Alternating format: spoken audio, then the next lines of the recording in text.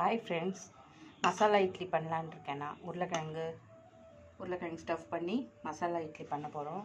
அதுக்கு தேவையானது இட்லி மாவு கரைச்சி வச்சிட்ருக்கேன். உப்பு, சோடா மாவு கொஞ்சம் போட்டு, கடுகு, சீரகம், கடலைப்பருப்பு, தாளிக்க, பச்சை மிளகாய், கருவேப்பிலை இதெல்லாம் எண்ணெய் விட்டு வதக்கி போடணும். அதில் வடை சட்டியில் எண்ணெய் ஊற்றி வச்சுருக்கேன்.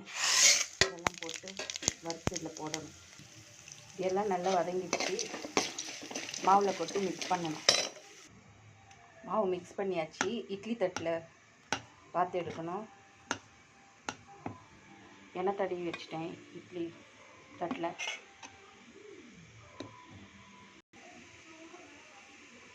பாருங்கள்,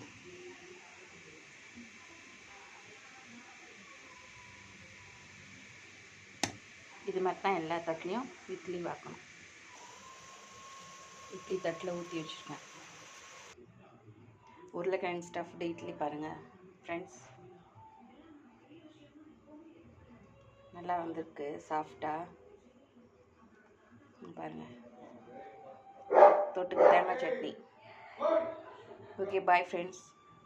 நம்ம அம்லி கிச்சனில் உங்களுக்கு பிடிச்சிருந்தா சப்ஸ்கிரைப் பண்ணுங்கள், ஷேர் பண்ணுங்கள், பெல் பட்டன் அமுத்துங்க. ஓகே, பாய். அடுத்த வீடியோவில் பார்க்கலாம்.